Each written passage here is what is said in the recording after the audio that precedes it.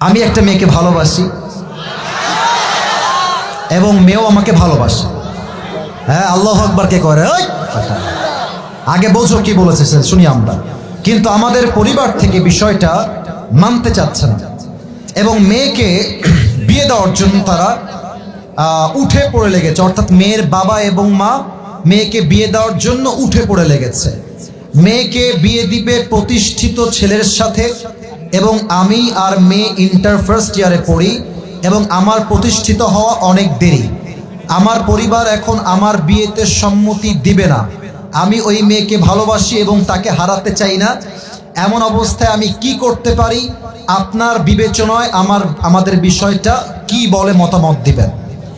আসল কথা এটাই সত্য, বাংলাদেশে হাজার হাজার যুবক তার পছন্দের বিয়েকে বিয়ে করতে পারে না জাস্ট টাকার জন্য। রাজবাড়ির ভাই, আজকাল টাকার জন্য যুবকদের হাজার হাজার যুবকদের পছন্দের মেয়ের বিয়ে অন্য জায়গায় হয়ে যায়।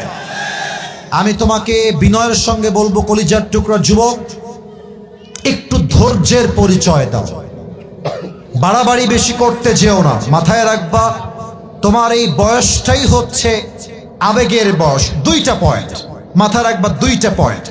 এক, তোমার বাবা এবং তোমার মা, তাদেরকে কনভিন্স করার জন্য you have to try your best level.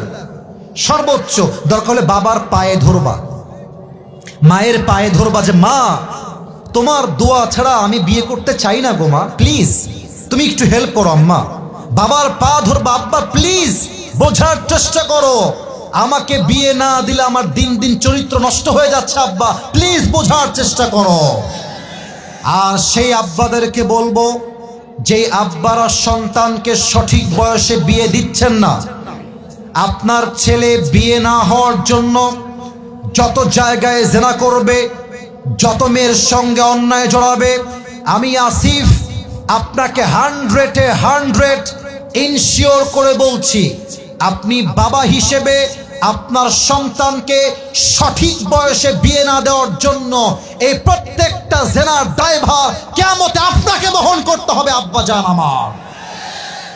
এক নাম্বার কথা, আব্বা আম্মাকে বোঝাবা, পা ধরবা। যদি আব্বা আম্মা না বোঝে, আলেম ওলামা নিয়ে যাবা, আলেমদেরকে দিয়ে বোঝাবা, মুরব্বীদেরকে বুঝাবা। যদি আব্বা আম্মা এতেও না মানে, সোজা তোমার নিজেরাই বিয়ে করে ফেলবা। এটা আমি আমার বুকের ব্যথার থেকে বললাম, কারণ বাবা মা রাজি না হওয়ার জন্য হাজার হাজার যুবক বছর বছর জেনার সম্পর্কে জড়িয়ে থেকে যায়, যে কিনা বলে।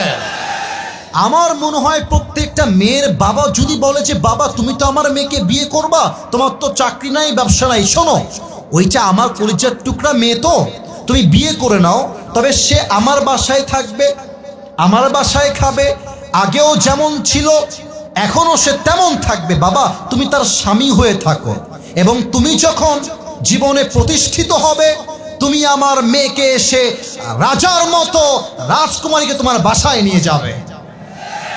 এমন চিন্তা প্রত্যেকটা মেয়ের বাবার যদি হয়ে যায়, আমি 100তে 100 ভাগ বলবো, এই দেশে বিয়ের সংখ্যা বাড়বে, জেনার সংখ্যা কমে যাবে, ঠিক কিনা বলে। এক নাম্বার, আব্বা আম্মাকে সর্বোচ্চ বোঝাবার ট্রাই করো। সেকেন্ড কথা, একটু তিতা মাথায় রাখবা, তুমি যেই মেয়েকে ভাবছো যে এই মেয়েটাকে বিয়ে করলেই my life is settle, I don't want anything in my life, এই মেয়েটা পেলেই আমার জীবন ধন্য, আমি সুখী হয়ে যাব। বাবা আজকে মনে হচ্ছে রাজরানী, কালকে মেয়েটার কাল নাগিনী হতে বেশি একটা সময় লাগবে না। সব মেয়েকে দেখে পটে যেও না। মেয়েদের সব আই লাভ ইউর মানে আই লাভ ইউ হয় না। অনেক সময় একই মেয়ে, একটাই মেয়ে একসঙ্গে 4টা বয়ফ্রেন্ডকে মেসেঞ্জারে মেইনটেইন করে বেড়ায়। তবে তোমরাও খুব বেশি একটা ভালো না, সবার মধ্যেই ভেজাল আছে। তা আমি বলবো, যেই মেয়েকে বিয়ের জন্য পাগলামি করছো, একটু জাস্টিফাই করে নাও, আদৌ কি সেই মেয়ে তোমার বউ হওয়ার যোগ্যতা রাখে কিনা। যদি তুমি ভুল জায়গায় বিয়ে করো, তোমার পুরো জীবনটাই নষ্ট হয়ে যাবে যুবক ভাই আমার। আল্লাহ যুবককে হালাল ভাবে বিয়ে করার তৌফিক দান করুক। পড়েন সবাই জবান খুলে আমিন।